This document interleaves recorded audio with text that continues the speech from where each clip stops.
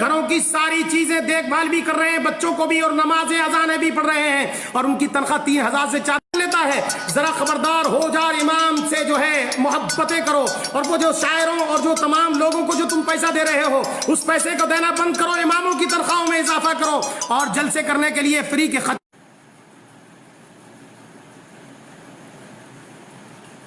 خطیبوں کو پیسہ دینے سے بہتر یہ ہے کہ اپنے اماموں کی تنخواہوں میں اضافہ کر دو, تاکہ قیامت میں تم سے حساب و کتاب. یہ وارث نبی ہیں, وارث نبی, انہوں نے نبی کے مصلے کو سنبھال رکھا ہے. یہ مصلے جو ہے نبی کے مصلے پر بیٹھے ہوئے ہیں, انہوں نے مسجدوں کو سنبھال رکھا ہے, دین کے کام کو کر رکھا ہے. اگر یہ حافظ قرآن اور یہ تمہاری مسجدوں کے امام نہ ہوتے تو تیری مسجد میں اذان کون پڑھتا, تیری مسجد میں لائٹیں کون جلاتا, تیری مسجد میں جو ہے روشنی کون کرتا, یہ سارے کام و کاج کون کرتا؟ مجھے ذرا بتا, تیرا جنازہ کون پڑھاتا, تیرے بچے کو بسم اللہ خانی کون کراتا, اور یہ تیری فاتحہ خانی کون کرتا, تیرے لیے قرآن کون پڑھتا؟ ذرا بتا, اندازہ لگا اور سوچ. اماموں کا گلا گھونٹنے سے بہتر یہ ہے سائیکل امام خرید لے تو تم کفے افسوس ہاتھ ملتے ہو, اور جو پوری دنیا کے لوگوں تم ایئر کنڈیشن میں رہتے ہو تو امام بیچارہ کچھ نہیں کہتا, تم جو ہے تمام بڑے بڑے کمرے اور کوٹھیاں اور بنگلے خریدتے ہو, تم سے امام کچھ نہیں کہتا, اور مگر تم جب کوئی امام چھوٹی سی جھگی اور جھونپڑی خرید لیتا ہے تو فجیدہ کرنا شروع کر دیتے ہو.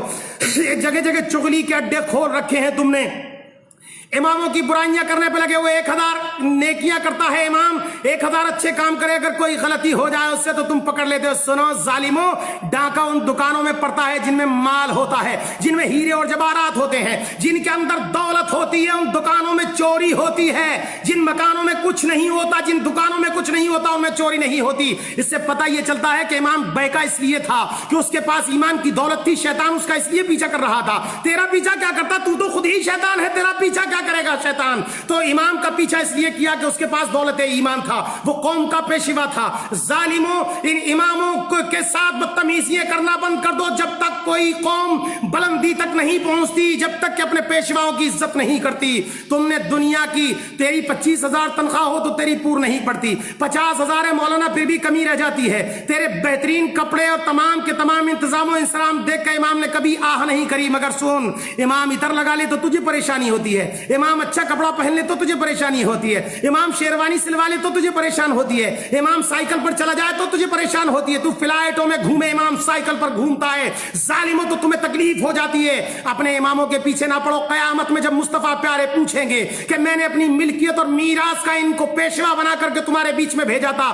جنہوں نے تمہارے بچوں کو قرآن پڑھایا, جنہوں نے تمہارے لیے قرآن خوانی پڑھی, جنہوں نے تمہارے لیے جو تلاوت کلام اللہ کیا, جنہوں نے تمہارے بزرگوں کے لیے ایصال ثواب کیا, جس نے تیرا 40واں 10واں پڑھا, جس نے تیری فاتحہ خوانی کری, ان اماموں کے تم ہاتھ دھو کر پیچھے پڑ گئے تھے. سن لو ٹرسٹیوں ظالموں, سن لو تمام کمیٹیوں کے لوگوں, سن لو, تمہاری زندگی میں انقلاب پیدا نہیں ہو سکتا. تم اپنے گھروں کے خرچے مسجدوں اور مدرسوں کے چندوں سے چلاتے ہو, اور اس کے باوجود امام اگر تمہاری پول پٹی کھول دے تو اماموں کے ہاتھ دھو کر پیچھے پڑ جاتے ہو, طرح طرح کے الزامات لگاتے ہو, عیب لگاتے ہو اماموں پر, اور لگانے کے بعد انہیں مسجدوں سے نکال دے. تو کوئی کہتا ہے 5 سال ہو گئے امام صاحب کو, جلدی نکالو. اور کوئی پوچھے جناب انہوں نے غلطی کیا کی, بولے نہیں, امام کو زیادہ دن نہیں رہنے دینا چاہیے, ان کے تعلقات بہت اچھے بن گئے ہیں. پتہ یہ چلا کہ امام زیادہ دن رہے گا تو تیری ساری خبر رکھے گا. تو کتنا پیسہ مدرسے مسجد کا کھاتا ہے اس کو خبر ہوگی, تو مسجد کے کتنے مال کو دباتا ہے اس کو خبر ہوگی, تیری پول کھول دے گا وہ امام. اس لیے تو ان اماموں کی مخالفت میں لگ گیا. جلدی کرو, اس کو ایسا نہ ہو کہ ہمارے راز کھل جائیں,